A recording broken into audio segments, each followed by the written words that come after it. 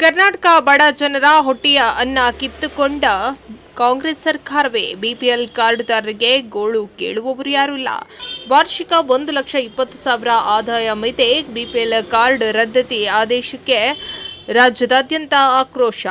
ರಾಜ್ಯ ಸರ್ಕಾರದ ಬಿಪಿಎಲ್ ಕಾರ್ಡ್ಗಳ ಅರ್ಹತೆ ಸಂಬಂಧಿಸಿದ ಆದಾಯ ಮಾನದಂಡದ ನಿರ್ಧಾರವು ರಾಜ್ಯದ ಲಕ್ಷಾಂತರ ಬಡ ಕುಟುಂಬಗಳಲ್ಲಿ ಆತಂಕ ಮತ್ತು ಅಸಮಾಧಾನಕ್ಕೆ ಕಾರಣವಾಗಿದೆ. ವಾರ್ಷಿಕ 1,20,000 ಹೆಚ್ಚಿನ ಆದಾಯ ಹೊಂದುವವರು ಬಿಪಿಎಲ್ ಕಾರ್ಡ್ ರದ್ದತಿಗೊಳಿಸುವ ಕ್ರಮ ವಿರುದ್ಧ ವಿವಿಧ ವಲಯಗಳಿಂದ ವಿರೋಧ ವ್ಯಕ್ತವಾಗ್ತಾ ಇದೆ. ಬಡ ಕುಟುಂಬಗಳ ಅಭಿಪ್ರಾಯದಂತೆ ಇಂದಿನ ಬೆಲೆ ಏರಿಕೆ, ನಿರುದ್ಯೋಗ ಹಾಗೂ ಹೆಚ್ಚುತ್ತಿರುವ ಜೀವನ ವೆಚ್ಚದ ನಡುವೆ ಕೆಲವು ಆದಾಯದ ಮಾನದಂಡದ ಆಧಾರದ ಮೇಲೆ ಬಿಪಿಎಲ್ ಕಾರ್ಡ್ ರದ್ದತಿಗೊಳಿಸುವುದು ಅನ್ಯಾಯವಾಗಿದೆ.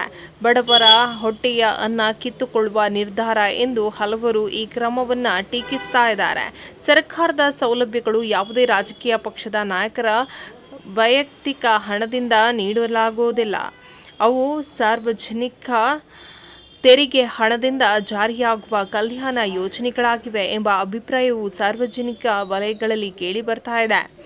ಈ ನಿರ್ಧಾರದಿಂದ ಅಸಮಾಧಾನಗೊಂಡಿರುವಂತಹ ಕೆಲವರು ಮುಂದಿನ ಚುನಾವಣೆಯಲ್ಲಿ ಕಾಂಗ್ರೆಸ್ ಪಕ್ಷಕ್ಕೆ ಮತದಾನದ ಮೂಲಕ ಉತ್ತರವನ್ನು ನೀಡುವುದಾಗಿ ಹೇಳ್ತಾ ಇದ್ದಾರೆ. ಮತ್ತೊಂದು ಕಡೆ ಈ ವಿಷಯ ಪರಿಣಾಮಕಾರಿಯಾಗಿ ಪ್ರತಿಭಟನೆ ಅಥವಾ ಒತ್ತಡ ಹೇರಿದರೆ ವಿಪಕ್ಷ ಬಿಜೆಪಿ ಮೌನ ವಹಿಸಿದೆ ಎಂಬ ಟೀಕೆಗಳು ಕೂಡ ವ್ಯಕ್ತವಾಗ್ತಾ ಇದೆ. ಬಿಪಿಎಲ್ ಕಾರ್ಡ್ ಕೇವಲ ಪಡಿತರ ಪಡೆಯಲು ಮಾತ್ರವಲ್ಲದೆ ಆರೋಗ್ಯ, ಶಿಕ್ಷಣ ಮತ್ತು ವಿವಿಧ ಸರ್ಕಾರಿ ಕಲ್ಯಾಣ ಯೋಜನೆಗಳಿಗೂ ಪ್ರಮುಖ ದಾಖಲೆಯಾಗಿ ಆಗಿರೋದ್ರಿಂದ ಈ ಆದೇಶವನ್ನು ಸರ್ಕಾರ ಮರುಪರಿಶೀಲನೆ ಮಾಡಬೇಕು ಎಂದು ಕಡು ಬಡ ಕುಟುಂಬಗಳು ಆಗ್ರಹಿಸಿದೆ.